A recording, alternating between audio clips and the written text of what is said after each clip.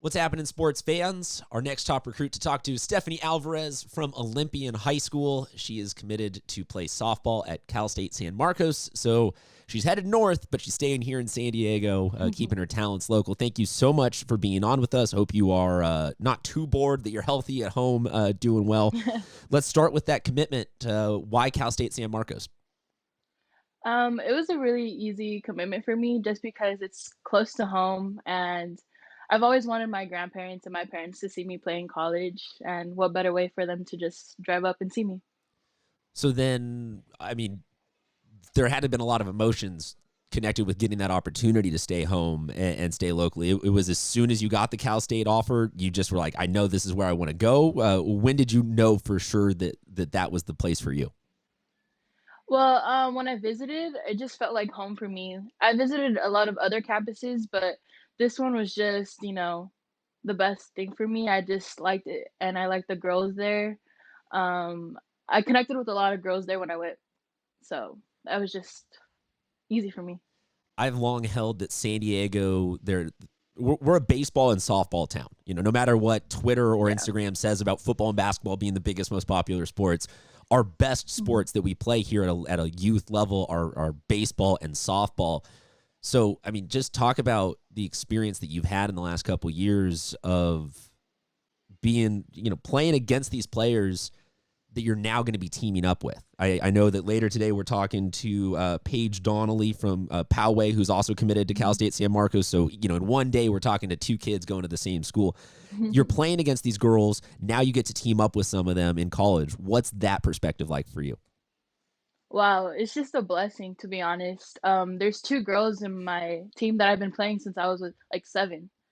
So, I grew up with them, and just being able to play with them in college is it's just gonna be fun. I'm looking forward to it, for So, sure. how does somebody keep softball in their life with the downtime of a pandemic? Are you hitting into a tee at home? How are you getting softball still?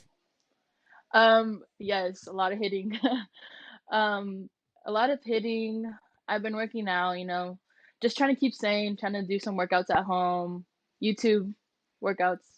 Now, Yeah. softball is a pretty talkative, chant-driven sport. A lot of the dugouts are always, saying things. So, are you, families getting together for dinner, and you're like, "Go, Dad, go get the pasta." Are you like, is that amount of softball still coming through you, or are you adjusting to life without a team around you all the time? I have 3 siblings, and we all play baseball and softball, so that's definitely in the mix. So the competitive Yeah. atmosphere. So has like, I'm assuming pretty competitive with your brothers and sisters. Yeah. So how are you getting that competitive outlet? What are you guys doing? Are you playing video games, board games? How are you guys staying competitive? Oh, a lot of board games. We play a lot outside, like, we play in the front yard, just try to play, like, baseball, like, pretend baseball. Are you so you're playing like wiffle ball? Yeah, Hardest thing to do is try and, like, if someone can actually get a right? wiffle ball Yeah. to curve, then you're done. You're forever done. Yeah. Wiffle ball, I think, is the great equalizer because it humbles everybody at that first time that you swing and you realize, oh nope, I Yeah. completely missed. What board games are you playing? My siblings are pretty small, so we play apples to apples, I think that's Oh, what it's that's a called. great one. That's a great one. I absolutely love that Yeah. one. I've been playing a ton of Uno. Mhm. That one I have found. You find out who in your family does and does not care for you. When they're dishing out those extra Yeah. plus fours and changing the colors on you, you go, okay, I thought we were friends.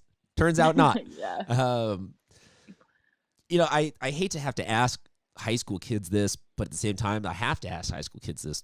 What's your mindset right now? What are the emotions you're feeling about all of this? Just help share with others what's going through your mind.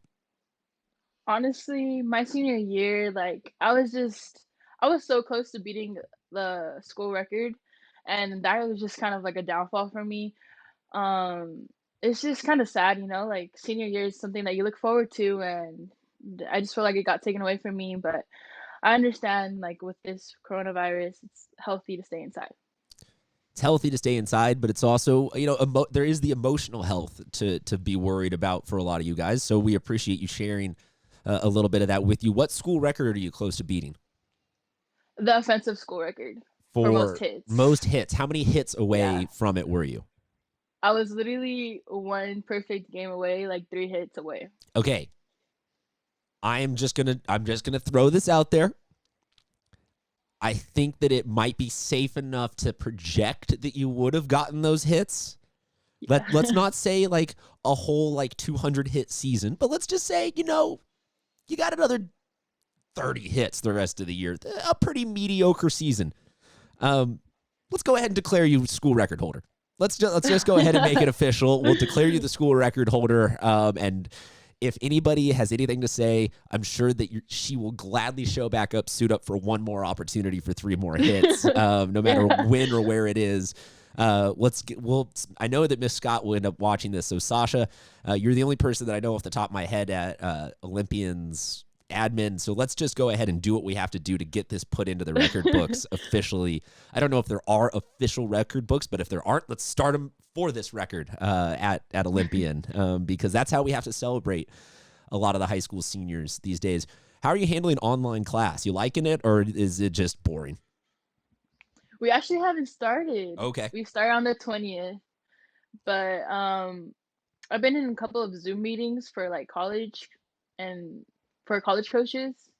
I mean, it's okay. I'm more of like a visual learner. I don't think I'll like online classes as much. I think a lot of people are going to feel like that they'll end up loving them, and then they'll be too relaxed. And I think that the amount of people sleeping in class is going to skyrocket. I can only imagine the amount of people that you end up seeing their faces just will end up being a significantly higher number, or to the screens that are just like the name and the person's not there, and you're like, no, they're not listening, they're not paying attention. But all sorts of that kind of crazy stuff is going to end up happening for a lot of high school seniors right now. There's a lot of kids out there that definitely need all of your support, all of your positive thoughts and well wishes. Stephanie is one of them. Thankfully, though, we will get a chance to see her again next year. I'm assuming your first game next year, you'll get those 3 hits, and it'll just be for the wrong school. But you'll have all that pent-up aggression in the box. Thank you so much for being on with us, for sharing a little bit of your time. Thank you for staying local. We appreciate all of our top recruits. Folks, they need your positive vibes right now. Everyone is kind of up in the air about what's going on in life, so they need your well wishes and your thoughts. Stephanie, thank you so much, and we look forward to watching you represent San Diego well next year.